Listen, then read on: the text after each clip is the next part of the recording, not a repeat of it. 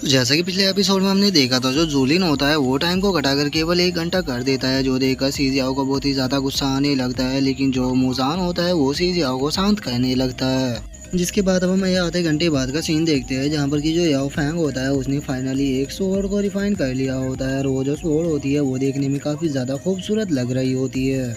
और अब उस स्वॉर्ड को देखकर वहाँ पर जो लोग बैठे होते हैं वे सभी बहुत ही ज्यादा शौक हो जाते हैं। और वे शौक होकर चिल्लाते हुए बोलते हैं कि ये तो 7th ग्रेड का स्पिरिचुअल वेपन है। मानना पड़ेगा कि जो याओ फैंग है वो बहुत ही ज्यादा टैलेंटेड है, क्योंकि उसने इतने कम टाइम में ही 7th ग्रेड के एक स्पिरिचुअल वेपन को बना दिया। और मुझे नहीं लगता कि यहाँ पर कोई और ऐसा बंदा होगा जो कि याओ फैंग को हरा पाए। और उन लोगों के इतना बोलते के साथ ही अब हम यान को देखते हैं, जिसने कि 6th ग्रेड के एक स्पिरिचुअल वेपन को बना दिया होता है, जिसे देखकर यान बिल्कुल भी खुश नहीं होती है। और वो अपने मुंह को फुलाते हुए बोलती है कि मेरा वेपन एक रैंक कम रह गया।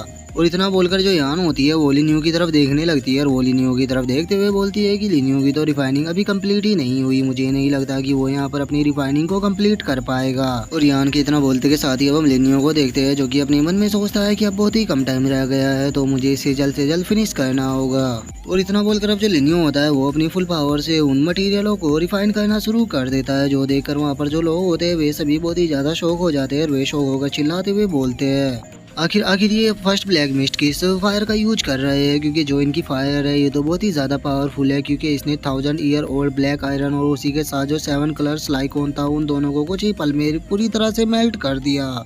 लेकिन अब इस चीज का कोई भी फायदा नहीं है, क्योंकि काफी ज्यादा टाइम बीत चुका है और हमें नहीं लगता कि इतने कम टाइम में जो फर्स्ट ब्लैक मिस्ट है वो अपने वेपन को बना पाएंगे।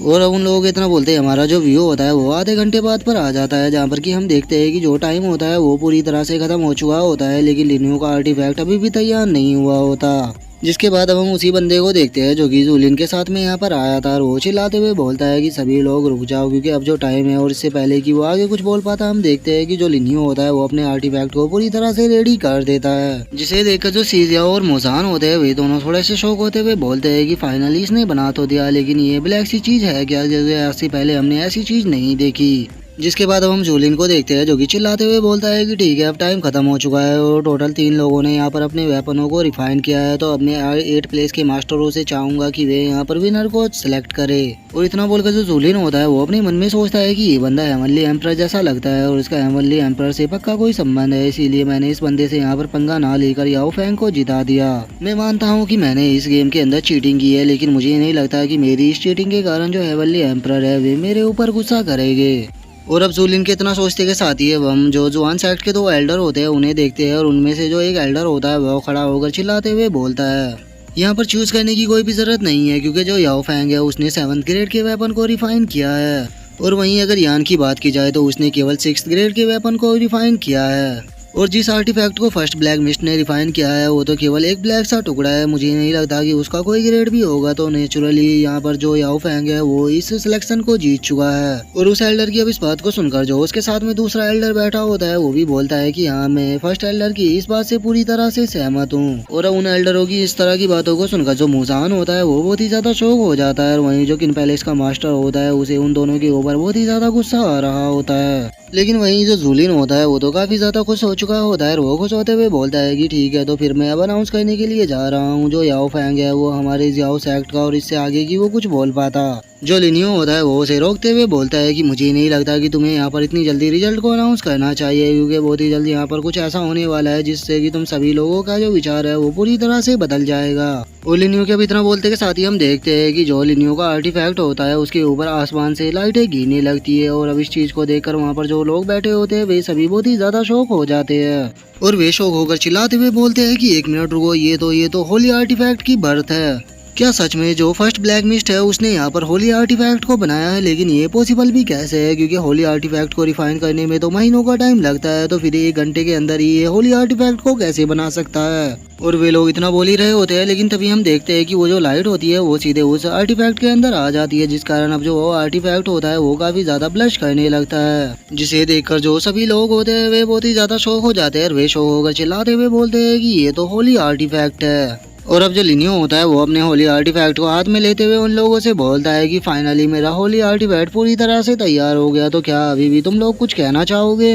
और अब लिनियो की इस बात को सुनकर जो सीतू पैलेस का मास्टर होता है वो बोलता है कि मेरा सीतू पैलेस लिनियो को चुनता है। तभी जो मू पैलेस का मास्टर होता है वो भी बोलता है कि मेरा मू पैलेस भी लिनियो को चुनता है। तभी जो किन पैलेस का मास्टर होता है वो भी बोलता है कि मेरा किन पैलेस भी लिनियो को चुनता है। और अब उन लोगों की इस तरह की बातों को सुनकर जो जूलिन होता है वो लिनियो के पास में आके बोलता है कि ठीक है, तो अब जब रिजल्ट अनाउंस हो चुका है तो तुम यहाँ से जा सकते हो। जो सुनकर जो लिनियो होता है वो जूलिन से बोलता है कि 1 मिनट रुको, चूंकि मैं अब जवान सेक्ट का एल्डर बन चुका हूँ तो अब मुझे हक है कि मैं यहाँ पर सेक्ट मास्टर को चुन सकता हूँ। और लिनियो की अब इस बात को सुनकर जो जूलिन होता है वो अपने ओरा को निकालने लगता है। और वो अपने ओरा को निकालते हुए लिनियो से बोलता है कि तुम्हारी थिंकिंग तो काफी ज्यादा अच्छी है, लगता है कि तुम यहाँ पर सेक्ट मास्टर को चुनना चाहते हो। और जूलिन के इतना बोलते के साथ ही अब हम देखते हैं कि जो सी जियाओ होती है वो वहाँ पर आ जाती है। और वो वहाँ पर आते हुए बोलती है कि मास्टर लिनियो हमारे सेक्ट के अब एक एल्डर है, तो इसीलिए हमारे सेक्ट मास्टर को चुनने के लिए पूरी तरह से क्वालिफाई है। और सी जियाओ की अब इस बात को सुनकर जो जूलिन होता है उसे बहुत ही ज्यादा गुस्सा आ जाता है। और वो गुस्से में सी जियाओ से चिल्लाते हुए बोलता है कि सी जियाओ तुम्हारे अंदर कुछ ज्यादा ही हिम्मत आ गई है। जो सुनकर जो जूलिन होती है वो सी जियाओ से बोलती है कि ये हिम्मत मेरे अंदर अभी नहीं आई, ये हिम्मत मेरे अंदर बचपन से ही थी। और मैं तुम्हें एक चीज क्लियर कर देना चाहती हूँ कि हमारे जवान सेक्ट के रूल के हिसाब से ही यहाँ पर सेक्ट मास्टर को चुना जाएगा। और हमारे सेक्ट के आधे से ज्यादा एल्डर जिसको भी चूज करेंगे हम दोनों में से वही न्यू सेक्ट मास्टर बनेगा। और चूंकि अभी यहाँ पर सभी सेक्ट एल्डर है तो इसीलिए मैं सभी सेक्ट एल्डरों से रिक्वेस्ट करती हूँ कि वे यहाँ पर न्यू सेक्ट मास्टर चुने। और सी जियाओ के इतना बोलते हैं अब हमारा जो व्यू होता है वो उन्हीं दोनों एल्डरों के ऊपर आ जाता है जिन्होंने कि याओ फैंग को चुना था। और वे जूलिन की तरफ देखते हुए बोलते हैं कि जूलिन की अभी की जो हरकतें है वो थोड़ा अजीब है, क्योंकि वो यहाँ पर सेक्ट मास्टर की तरह एक्ट कर रहा है। कहीं इसका मतलब ये तो नहीं है कि यहाँ पर अभी तक जो कुछ भी हुआ है वो सब कुछ जाओलिन के प्लान का ही एक हिस्सा है। और उन दोनों के इतना बोलते के साथ ही हम काई पैलेस और सीधू पैलेस के मास्टर को देखते हैं जो कि सी जियाओ की तरफ देखते हुए बोलते हैं कि हम दोनों पैलेस मास्टर सी जियाओ को यहाँ पर चुनते हैं।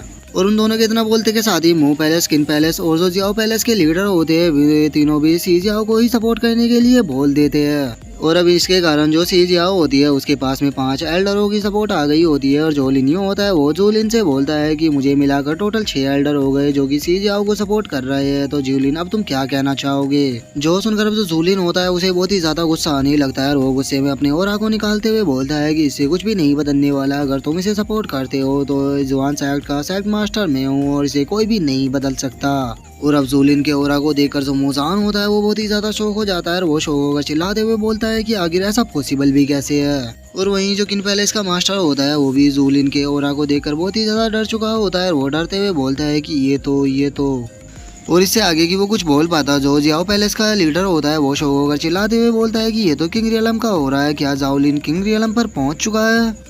और अब उन लोगों को इस तरह से डरता हुआ देखकर जो जूलिन होता है वो उन लोगों से हंसते हुए बोलता है कि ठीक है, अब मुझे ये बताओ कि कौन कौन यहाँ पर सी जियाओ को सपोर्ट कर रहा है। यहाँ पर जो भी सी जियाओ को सपोर्ट करेगा उसके साथ जो भी होगा वो मुझे उस चीज के लिए ब्लेम मत करना। और अब जूलिन के ओरा को महसूस कर जो सी जियाओ होती है वो बहुत ही ज्यादा शौक हो जाती है। और वो गुस्से में जूलिन से चिल्लाते हुए बोलती है कि जूलिन ये तो फादर का हो रहा है, मुझे चुपचाप ये बताओ कि तुमने फादर के साथ में क्या किया है और वे कहाँ पर है। जो सुनकर जो जूलिन होता है वो सी जियाओ की तरफ देखते हुए उसे बोलता है कि ओ अच्छा, तुमने फाइनली इस चीज का पता लगा ही लिया, तो चलो मैं अब तुम्हें बता देता हूँ कि मैंने तुम्हारे फादर की जो भी पावर थी वो सारी अपने अंदर एब्सॉर्ब कर ली है।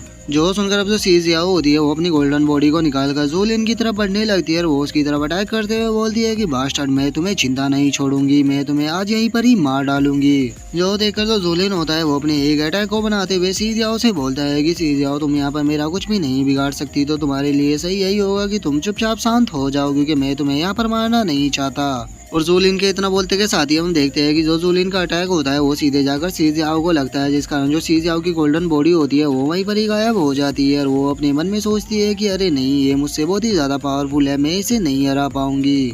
और इतना सोचते हुए हम देखते हैं कि जो सी जियाओ होती है वो नीचे गिरने लगती है और उसके मुंह से भी ब्लड आने लगता है। जो देखकर अब जो सीधू पैलेस, मू पैलेस और जो किन पैलेस के लीडर होते हैं उन तीनों को बहुत ही ज्यादा गुस्सा आ जाता है। और वे जूलिन की तरफ अटैक करते हुए उससे बोलते हैं, बास्टर्ड, आखिर तुम्हारी हिम्मत कैसे हुई हमारे सेक्ट मास्टर को मारने की? हम तीनों आज तुझे यहाँ पर जिंदा नहीं छोड़ेंगे, हम अपने सेक्ट मास्टर का बदला तुझसे लेकर रहेंगे। जो देखकर अब जो जूलिन होता है वो भी उन तीनों की तरफ अटैक करने के लिए बढ़ने लगता है। और वो उन तीनों की तरफ अटैक करते हुए बोलता है कि लॉयल्टी, फ्रेंडशिप सब कुछ फेक होता है, केवल एक ही चीज सच है और वो है पावर। अगर तुम्हारे पास पावर है तो तुम सब कुछ कर सकते हो। जिसके बाद अब हम लिनियो को देखते हैं जो कि सी जियाओ से बोलता है कि सी जियाओ, तुम यहाँ से जाओ और उस चीज को मेरे लिए लेकर आओ, इतना मैं इसे यहाँ पर रोकता हूँ। जो सुनकर जो सी जियाओ होती है वो लिनियो से पूछती है कि लिनियो क्या मैं तुम्हारे ऊपर यकीन कर सकती हूँ। और सी जियाओ के इतना बोलते के साथ ही हम देखते हैं कि लिनियो के ऊपर काफी सारे बंदे अटैक करने के लिए आने लगते हैं। और उन बंदों को देखकर जो लिनियो होता है वो सी जियाओ से बोलता है कि बिल्कुल तुम मेरे ऊपर यकीन कर सकती हो। जो सुनकर जो सी जियाओ होती है वो वहाँ से जाते हुए लिनियो से बोलती है कि तो फिर ठीक है, मैं उस चीज को लेने के लिए जा रही हूँ, लेकिन मैं उम्मीद करती हूँ कि जब तक मैं वापस आऊंगी तुम जिंदा रहोगे। और सी जाओ के इतना बोलते के साथ ही जो हमारा आज का एपिसोड है वो यहीं पे खत्म हो जाता है। तो अब नेक्स्ट एपिसोड में देखते हैं कि आगे क्या होता है। अगर आप लोगों को वीडियो अच्छी लगी हो तो लाइक करना, चैनल को सब्सक्राइब करना। मैं मिलता हूँ आप लोगों से नेक्स्ट एपिसोड में, तब तक के लिए बाय बाय गाइस।